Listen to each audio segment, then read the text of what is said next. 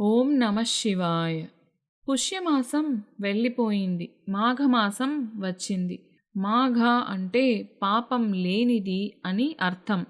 మాఘమాసం ఎంతో విశిష్టమైనది. మాఘమాసం వస్తూ వస్తూ తనతో పాటు ఎన్నో కొత్త సంతోషాలని తీసుకొస్తుందని హిందూ ధర్మం చెప్తోంది. అలాగే ఈ మాఘమాసంలో హిందువులు మాఘమాస వ్రతాలని ఆచరిస్తూ శివ పూజలు చేసుకుంటూ తరిస్తూ ఉంటారు. అది మాత్రమే కాదు, సూర్య భగవానుడికి చాలా ఇష్టమైన మాసం మాఘమాసం. ఈ మాసంలో పౌర్ణమికి ముందు వచ్చే సప్తమిని రథసప్తమి అని అంటారు. రథసప్తమి అనేది భారతదేశం అంతటా జరుపుకునే అత్యంత ముఖ్యమైన మరియు విశిష్టమైన పండుగలలో ఒకటిగా పరిగణించబడుతుంది. ఈ పండుగకు ఇతర ప్రసిద్ధ పేర్లు మాఘ సప్తమి, మాఘ జయంతి మరియు సూర్య జయంతి. భక్తులు విష్ణువు అవతారమైన సూర్య భగవానుడిని పూజించడం ద్వారా ఈ రోజును జరుపుకుంటారు. ఈ రథసప్తమి రోజున చేసే పూజలు, దానాల వల్ల కోట్ల రెట్లు పుణ్యఫలములను, ఆయురారోగ్యములు, సంపదలను పొందవచ్చు. మాఘ శుద్ధ సప్తమి రోజున సూర్య భగవానుడు పుట్టినరోజు. సకల జగత్తుకి వెలుగునిచ్చే సూర్యుడు రథాన్ని ఎక్కి తన దిశా నిర్దేశాన్ని మార్చుకునే రోజు రథసప్తమి. ఇలాంటి శక్తివంతమైన రోజున మనం కొన్ని నియమాలను పాటిస్తే మన ఆరోగ్యం వృద్ధి చెంది దీర్ఘకాలిక వ్యాధుల నుండి ఉపశమనం లభిస్తుందని మన శాస్త్రాలు చెబుతున్నాయి. పంచాంగం ప్రకారం మాఘమాసంలోని శుక్లపక్ష సప్తమి తిథి ఫిబ్రవరి 15 గురువారం ఉదయం 10 గంటల నుంచి మొదలై ఫిబ్రవరి 16 ఉదయం 8 గంటల 54 నిమిషాలకు ముగుస్తుంది. కాబట్టి ఉదయతిథి ప్రకారం శుక్రవారం ఉదయం తిథి ఆధారంగా ఫిబ్రవరి 16వ తేదీన రథసప్తమిని జరుపుకుంటారు. మరి రథసప్తమి నాడు మనం పాటించవలసినటువంటి నియమాలు, రథసప్తమి వ్రతాన్ని ఎలా జరుపుకోవాలో ఇప్పుడు తెలుసుకుందాం. రథసప్తమి ముందు రోజు రాత్రి ఉపవాసం ఉండి మరునాడు ఉదయం సూర్యోదయానికి ముందుగానే నిద్రలేచి తలస్నానం చేయాలి. స్నానం చేసేటప్పుడు మగవారు అయితే 7 జిల్లేడు ఆకులను, ఆడవారు అయితే 7 చిక్కుడు ఆకులు తీసుకుని తలపైన మరియు భుజాలపైన ఉంచుకుని స్నానం చేయాలి. చిక్కుడు ఆకులు అందుబాటులో లేకపోయినా స్త్రీలు 7 జిల్లేడు ఆకులను ఉంచుకొని స్నానం చేయవచ్చు. ఈ 7 జిల్లేడు ఆకులను సూర్యుని 7 రంగులకు ప్రతీకగా భావిస్తారు. ఇలాంటి ఆకులు మీకు అందుబాటులో లేకపోతే స్నానం చేసే నీటిలో కనీసం ఎర్రటి పువ్వులను వేసుకొని స్నానం చేస్తే మంచిది. ఇలా చేస్తే సూర్య భగవానుడు సంతోషించి ఐశ్వర్యాన్ని ప్రసాదిస్తాడు.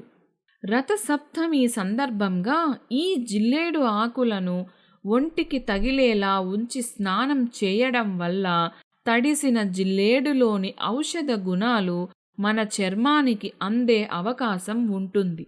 అలాగే మనకున్నటువంటి దృష్టి దోషాలు తొలగిపోతాయని నమ్ముతారు. ఈ రోజున స్నానానంతరం తరువాత పాటించవలసినటువంటి ముఖ్య నియమం ఏమిటంటే సూర్య భగవానునికి అర్ఘ్యం సమర్పించటం.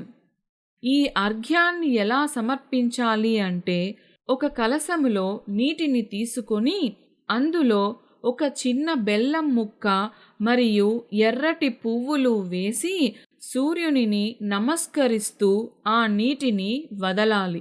దీనినే అర్ఘ్యం సమర్పించడం అని అంటారు. ఇలా అర్ఘ్యం సమర్పిస్తున్నప్పుడు ఓం సూర్యాయ నమః అనే మంత్రాన్ని జపిస్తూ సూర్య భగవానుడికి అర్ఘ్యం సమర్పించటం చాలా మంచిది. ఆ తరువాత ఈ రథసప్తమి రోజున ఆదిత్య హృదయ స్తోత్రాన్ని పఠించాలి.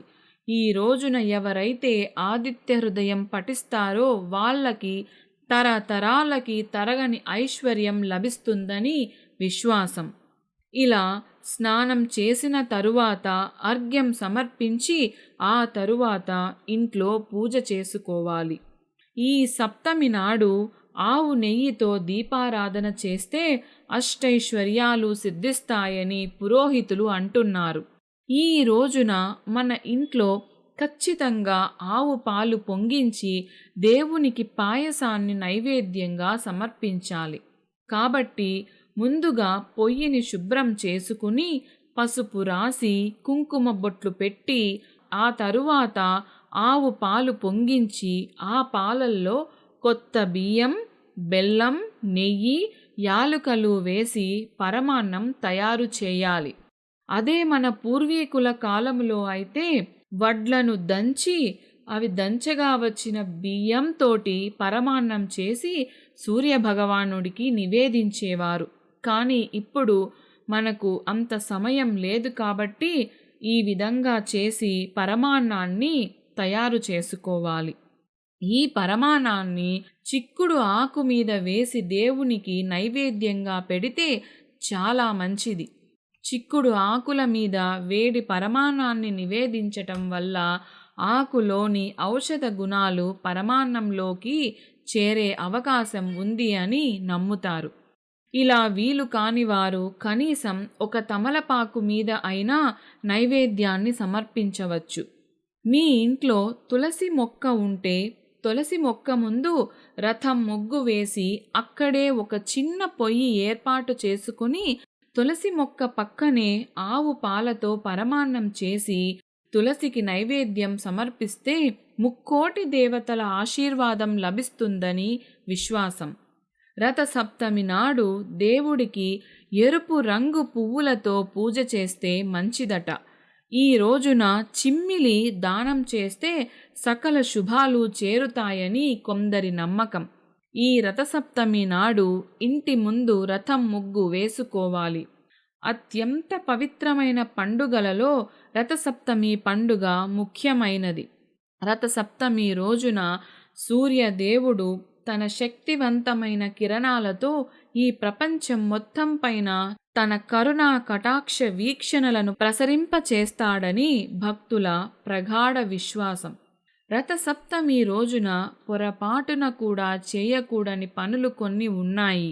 ఈ రోజు ఎవరిపైనా కోపం ప్రదర్శించరాదు. వివాదాలకు దూరంగా ఉండాలి. ఇంట్లో చుట్టుపక్కల వాతావరణంలో శాంతి ఉండేలా చూసుకోవాలి. మద్యం, మాంసాహారానికి దూరంగా ఉండాలి.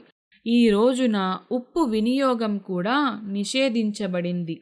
ఈ రథసప్తమి రోజున ఓం ఆదిత్యాయ నమః అని 108 సార్లు జపిస్తే చాలా మంచిదని పండితులు చెబుతున్నారు. మీ పూజ గదిలో సూర్య భగవానుని చిత్రపటం ఉంటే మంచిది. అలాగే ఈ రథసప్తమి రోజున ఇంట్లో సూర్య యంత్రాన్ని పెట్టుకుంటే చాలా మంచిది. రథసప్తమి రోజు మీ స్తోమతను బట్టి ఎవరికైనా పేదవారికి ఎరుపు రంగులో ఉండే ఆహార పదార్థాలు కానీ ఎరుపు రంగులో ఉండే వస్తువులు కానీ దానం చేయండి.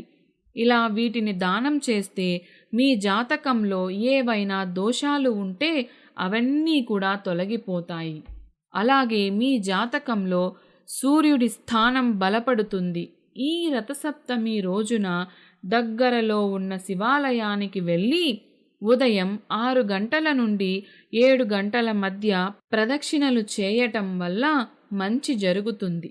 అలాగే మన జాతకంలో సూర్యుడి స్థానం బలహీనంగా ఉంటే అనేక ఆర్థిక నష్టాలు వస్తాయి.